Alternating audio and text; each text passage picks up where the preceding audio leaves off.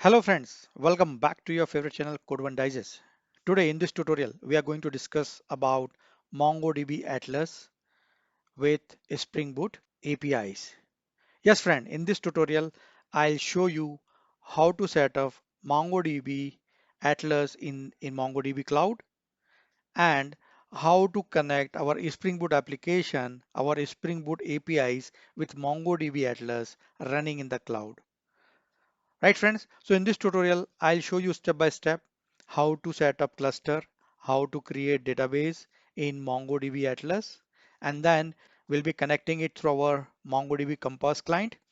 Later, we'll be connecting MongoDB Atlas database with our Spring Boot application, right? So stay tuned and watch this tutorial till end. It is going to be very informative and very exciting video.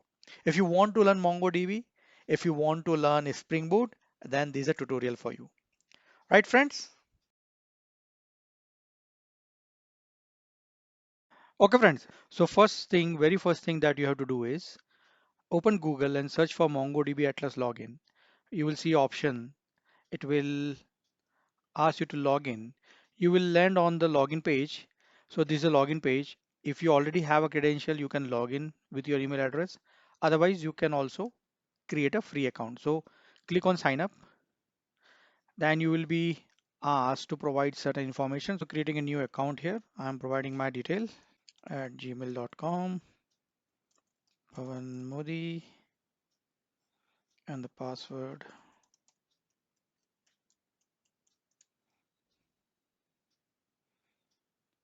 Sign up, right?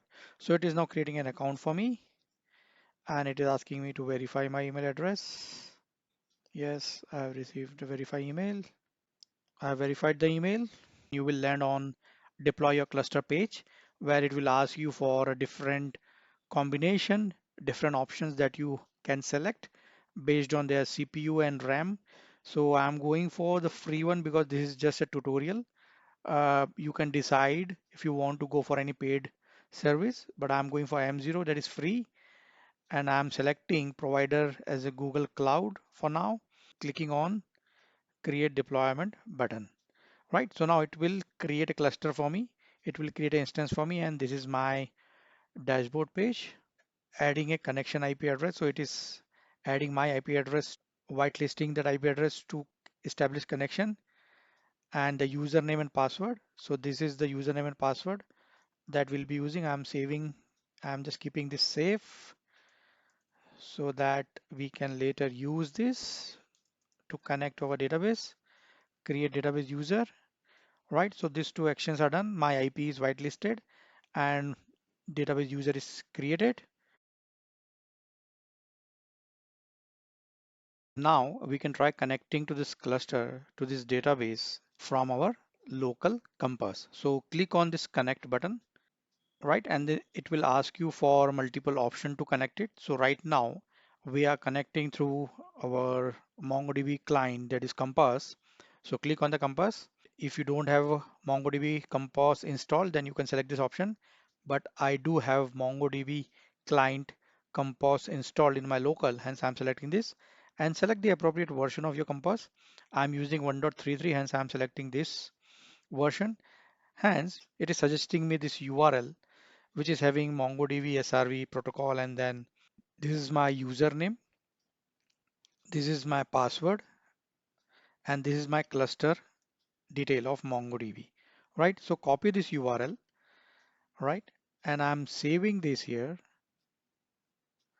So you can see that I have copied it here and I have replaced the password with the password that I had saved earlier while creating a user, right? So now this is my URL, complete URL, MongoDB connection URL to connect from Compass. So I'll copy that.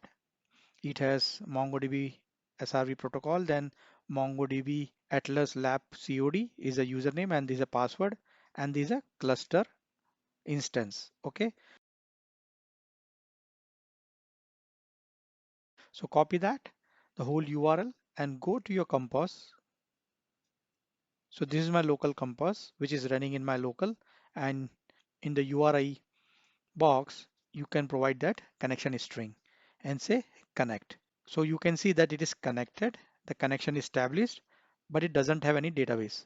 It has only admin database and doesn't have any database. So what we can do is we can create our database here. So let's create our database. We'll say customer and collection name is also customer. Say create. Right, so it has created the customer and it has a customer collection.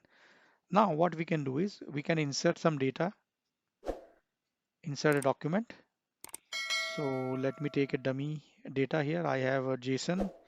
I want to save this customer. Let's say key one and name is Pawan. Employee. I have given some attribute like role, age, and contact ID and so on. So contact one, right? So say insert. So it has inserted.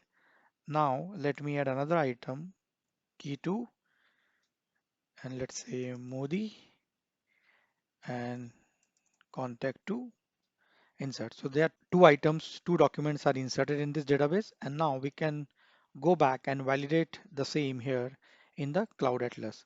Browse collections. Yeah, so you can see here the customer is our database and customer is our collection created, and it has two items, right?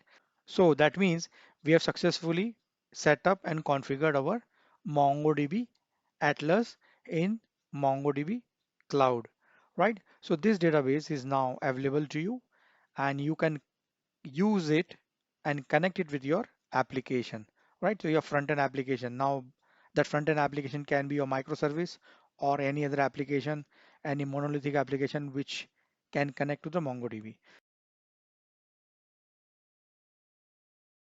So now what I will show you, access this database from a simple Spring Boot APIs.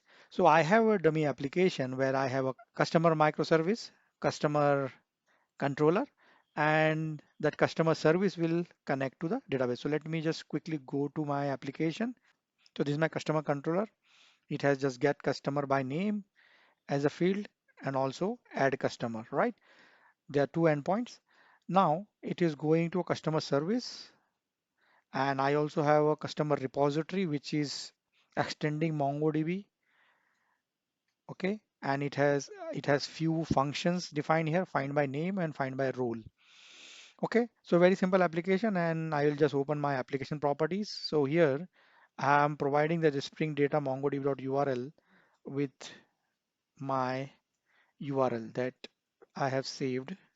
So this is my connection URL.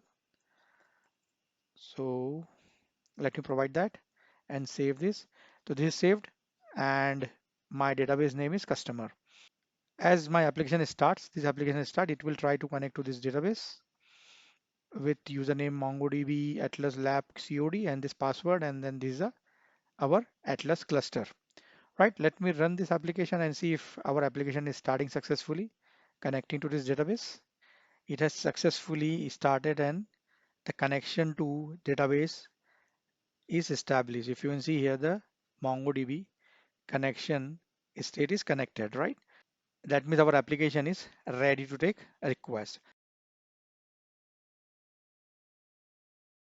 Now what I'll do is I have this controller which is talking to service and service is internally talking to the database. We'll try to insert and then we'll try to fetch certain database. So I have a postman. If you see here, this is the add customer endpoint and I'm running this application in my local host 8081. This is my port 8081. So I'll just try to insert, let's say new customer K3 and let's say Raj and then contact 3, right? Now let me hit this. This is a post type of endpoint and it will try to save this user into database. Let me do that. Yeah, so I got 200 response with this. We can validate the same in our compass. So this third user is inserted. Now what we'll do is we'll try to fetch a user with name. So we'll try to fetch user Raj by name. So we have a get customer. So these are another endpoint. Okay, customer, and then I'll just fetch Raj. Okay, this is the name that we have, Raj, and let me fetch this. Yes, so it is key 3. It is fetching that Raj that we have inserted, and we can also see a logs here that found one customer by name Raj. If I give some dummy name ABCD, it will say user not found, right? So we don't get a data. But we also have other users like Pawan and Modi. So let's try to fetch those user as well. Pawan, right? So I'm getting data, and then Modi, right? Yes, I'm getting it. So, so as you have seen, in 1 minute, we have created our MongoDB Atlas instance cluster. We are able to connect to it with our MongoDB Compass client, and we are able to run our application and connect MongoDB Atlas instance from our local, right? So it's so easy to use MongoDB Atlas without any hassle, right? You don't have to worry about infrastructure. You don't have to worry about scaling up, scaling down. You can use that database on MongoDB Cloud. It will provide you the required performance that you need, right? As you have more data, more operation, more transactions, it will scale to your need, and you need not to worry about the performance and optimization, right, friends? So I hope you like this video. If you like this video, give it a thumbs up, and if you're new to the channel, so do subscribe to my channel to grow Code One Digest family. Thank you. Friends, before we proceed in this video, I request you to subscribe this channel to grow Code One Digest family. Friends, I am creating a lot of quality videos on programming, coding concepts, design pattern and design principles, cloud and container technologies, but I'm not getting subscribers. I request you to like, share and subscribe this channel so that I can grow our Code One Digest family. Thank you. Okay friends, so now let me quickly summarize what we learned today in this tutorial. I shown you how to get register on MongoDB Atlas site, how to log in into the site. It will take you to the dashboard of MongoDB Atlas in the cloud. And then I've shown you how to do a cluster setup, how to create cluster in MongoDB Atlas.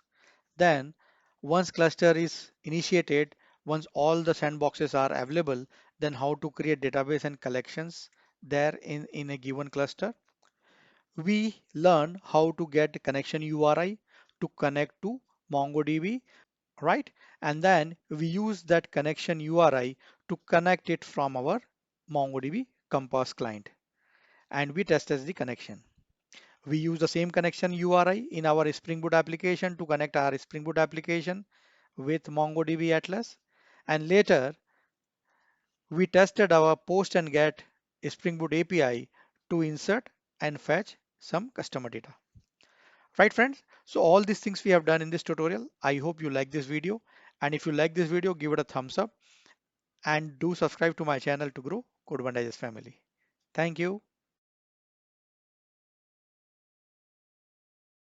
As we have completed our exercise, so it's always a good practice to terminate the service that we have created, right? Otherwise, those services keep running and will be charging you for that, right? So let's delete the cluster that we have created. You come to a cluster, right? This is your cluster. And then let's terminate that cluster. Just click on this three dot and say terminate. So it will terminate those services, the database that we have created, right? And the cluster name that is cluster 0. So we'll say cluster 0, right? We'll say terminate. This operation will delete the cluster and all of its data, right? That's what we want. We want to delete the cluster along with the username and password, along with the database and collection that we have created, right? So I'm just clicking terminate. It will take a while to delete that. So yes, your cluster is shutting down. That means it is shutting down a cluster and deleting all the database. So now the cluster is deleted and you don't have any instance or services running in the cloud, right, friends? Friends, if you like this video, so give it a thumbs up and subscribe to this channel for the more interesting videos. Click on the bell icon for the latest video notifications and do not forget to share this video with all your friends and colleagues. This is very useful information for students, beginners, and software engineers. I am putting a lot of efforts in creating these contents. So please help me growing the Code One Digest family. Please subscribe to Code One Digest channel for the latest programming and technology related videos. Thank you.